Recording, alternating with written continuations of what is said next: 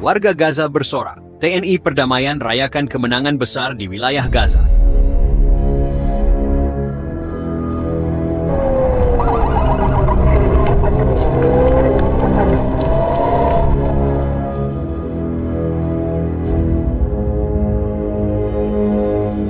Langit Gaza yang biasanya redup oleh asap dan deru ledakan kini berubah menjadi lautan sorak-sorai dan takbir kemenangan. Di tengah reruntuhan dan luka sejarah panjang, suara gembira kembali menggema di jalan-jalan sempit kamp pengungsian Jabalia hingga kawasan Khan Yunis. Hari ini bukan hari biasa. Hari ini, Gaza merayakan sebuah kemenangan luar biasa. Bendera Indonesia berkibar di antara puing-puing, dan pasukan TNI Perdamaian berdiri tegap menerima pelukan dan air mata rakyat Gaza yang tak percaya bahwa harapan masih hidup. Setelah berminggu-minggu bertempur dalam operasi militer terencana dan sangat presisi, pasukan TNI Perdamaian yang tergabung dalam Misi Kemanusiaan Internasional Indonesia (MKII) berhasil menguasai penuh sektor selatan dan timur jalur Gaza. Pasukan Israel dan sekutunya yang sebelumnya membangun barikade dan posisi bertahan di kawasan Netzarim dan sekitar koridor Rafah terpaksa mundur setelah mengalami kekalahan telak. Brigjen TNI Hashim Sulaiman, Komandan Utama Operasi, dalam pernyataan resminya menyampaikan, "Kami tidak datang untuk menjajah. Kami datang untuk melindungi yang tak bersenjata. Ini adalah kemenangan untuk rakyat Gaza. Ini adalah kemenangan untuk kemanusiaan." Operasi yang dinamai Garuda Pembebasan berhasil memukul mundur kekuatan gabungan IDF dan milisi pro-Israel dalam waktu singkat. Menggunakan kombinasi pasukan elit Kopassus, Marinir Taifib, dan Brigade Mekanis Kostrad, TNI menerapkan taktik gerilya urban dan blokade udara-darat yang menutup jalur suplai musuh. Pesawat nirawak buatan PTDI menyapu langit Gaza, mengacaukan radar Israel. Tank Harimau Indonesia menggempur posisi mortar musuh di distrik Zaitun, sementara Satuan Tempur Siber TNI berhasil melumpuhkan sistem komunikasi IDF di sektor tengah. Hasilnya, penyerahan tanpa syarat dari ratusan pasukan Israel di basis Al-Maghazi dan keruntuhan pertahanan mereka di sepanjang lembah Wadi Gaza. Saat kabar kemenangan menyebar, ribuan warga keluar dari tempat perlindungan bawah tanah dan reruntuhan bangunan. Anak-anak menggantungkan bendera Indonesia dan Palestina di tiang listrik yang setengah roboh. Seorang ibu, Fatimah Al-Khatib, 43 tahun, berlutut di tanah dan memeluk seorang prajurit TNI sambil menangis. "Terima kasih Indonesia, kami tidak sendiri." Masjid-masjid yang hancur sebagian kini kembali dikumandangkan azan. Di Masjid Agung Al-Omari, Imam Sheikh Mahmud menyampaikan khutbah. "Hari ini, darah syuhada tidak sia-sia.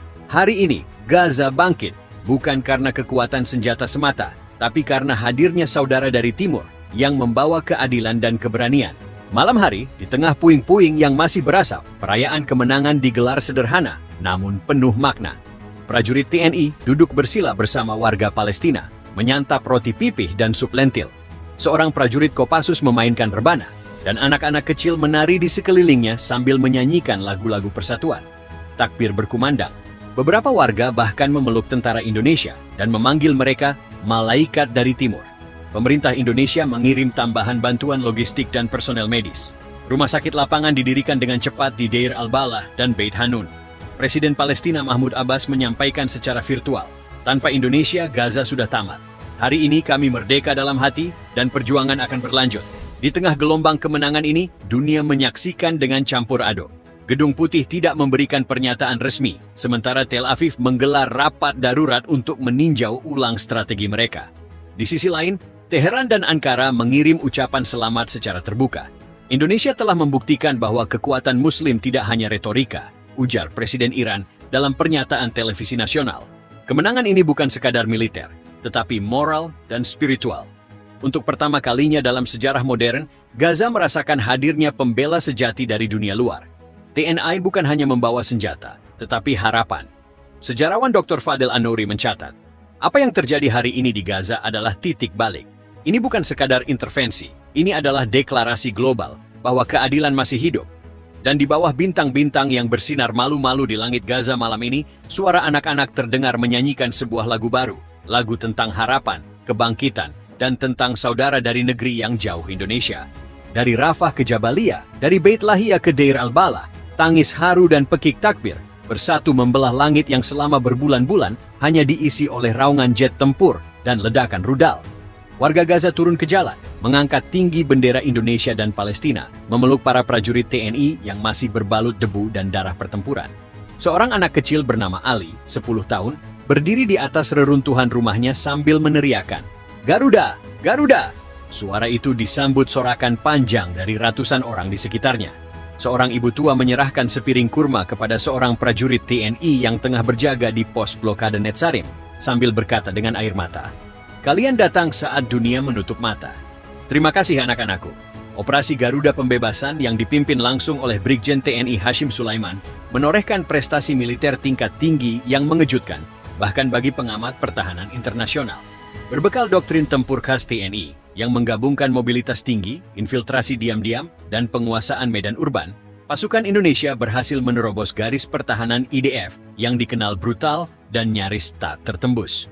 Dalam minggu pertama, Satuan Elit Kopassus melakukan infiltrasi melalui terowongan Rafah dengan dukungan unit Zeni TNI AO dan pengintaian drone Mel Elang Hitam. Mereka menanam alat jammer canggih buatan PT LEN yang melumpuhkan sistem GPS dan komunikasi IDF. Pasukan Kostrad dan Marinir yang didaratkan melalui operasi amfibi di Khan Yunis bergerak dengan kecepatan luar biasa. Dalam tempo 72 jam, TNI merebut kompleks pertahanan IDF di Deir al-Balah yang menjadi pusat komando regional Israel. Tank Harimau, yang dilaporkan mampu menembus beton anti-tank IDF, memimpin serangan frontal ke markas logistik Israel di sektor timur. Dalam pertempuran berdurasi 9 jam tanpa henti, sistem pertahanan Iron Dome gagal mencegat roket-roket jarak pendek yang ditembakkan dari posisi darat TNI. Puncaknya terjadi saat 450 prajurit Israel yang terkepung di Blok D10 Zaitun menyerah tanpa syarat. Bendera putih dikibarkan, disusul oleh perekaman video permintaan maaf resmi oleh perwira IDF, Kapten Eliran Shapira, kepada rakyat Gaza dan kepada Indonesia. Dom gagal mencegat roket-roket jarak pendek yang ditembakkan dari posisi darat TNI. Hari ini, TNI menggelar seremoni sederhana, namun penuh makna di alun-alun Sheikh Radwan, yang telah bersih dari puing-puing.